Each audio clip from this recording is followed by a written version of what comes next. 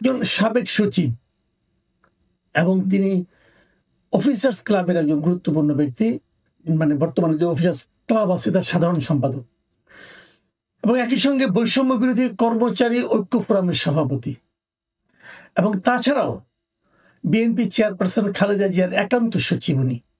ওনার নাম হচ্ছে ABM আব্দুস সাত্তার। উনি এই গুরুতর অভিযোগটা উত্থাপন করেছেন।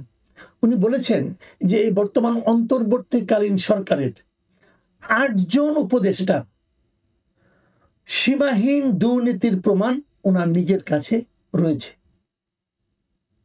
8 জন উপদেষ্টা দুর্নীতি করছেন এবং সেটা সীমাহীন দুর্নীতি, এবং তার তথ্য প্রমাণ এই সাত্তার সাহেবের কাছে আছে। এই ধরনের একটা অভিযোগ করার পর এখন করণীয় কি? দেখুন, এই অভিযোগের কথাটা মিডিয়াতে চলে এসেছে। উনি এটা কালকে বিয়ামের একটা সমাবেশে ছিলেন, সেখানে মানে যত প্রশাসনের যত কর্মকর্তা কর্মচারী আছেন প্রায় সবাই সেখানে উপস্থিত ছিলেন, এবং এই অ্যাডমিনিস্ট্রেটিভ সার্ভিস অ্যাসোসিয়েশন তারাই ছিল এটা আয়োজক, এবং সেখানে শীর্ষস্থান থেকে নিম্নস্তর মানে প্রচুর প্রশাসনে যারা আছেন সবাই আছে।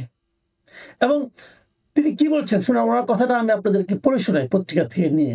উনি বলেছেন, আমি খুবই হতাশ, আমলাদের চরিত্র না হয় খারাপ হয়ে গেছে, কিন্তু জুলাই আন্দোলনের রক্তের উপর দিয়ে চেয়ারে বসা অন্তত 8 জন উপদেষ্টার সীমাহীন দুর্নীতির তথ্য প্রমাণ দিতে পারব।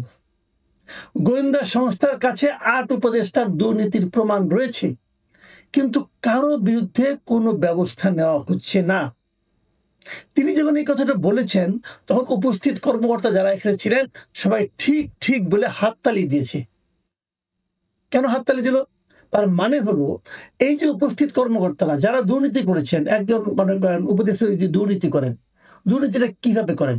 ধরেন কোনো একটা নিয়োগ, কোনো একটা বদলি, কোনো একটা তদবির, কোনো একটা কাজ পাইয়ে দেওয়া, এই সবই তো এই কর্মকর্তাদের হাত দিয়ে হয়েছে। কাজেই যখন উনি উচ্চারণ করতে পেরেছেন, বাকিরা তাকে সমর্থন দিয়েছেন। আমি মনে করি, আমার নিজস্ব বিবেচনায় মনে করি ওনার অভিযোগ সত্য, কারণ ওনারা জানেন কাজগুলি কে করেছেন।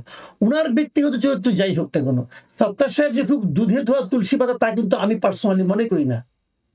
কারণ এই অফিসার্স ক্লাবের সাধারণ সম্পাদক, উনি কিভাবে সাধারণ সম্পাদক হয়েছেন সেটা নিয়েও কিন্তু নানা ধরনের বিতর্ক আছে।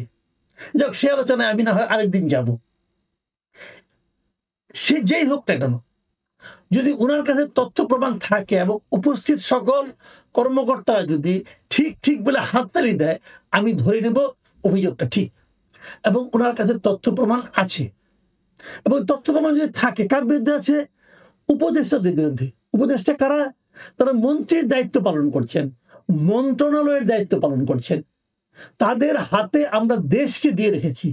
আমরা যাদের হাতে দেশের দায়িত্ব দিয়েছি সেই লোকগুলো খারাপ, এটা ভাবতেও তো আমার গা শিউরে ওঠে।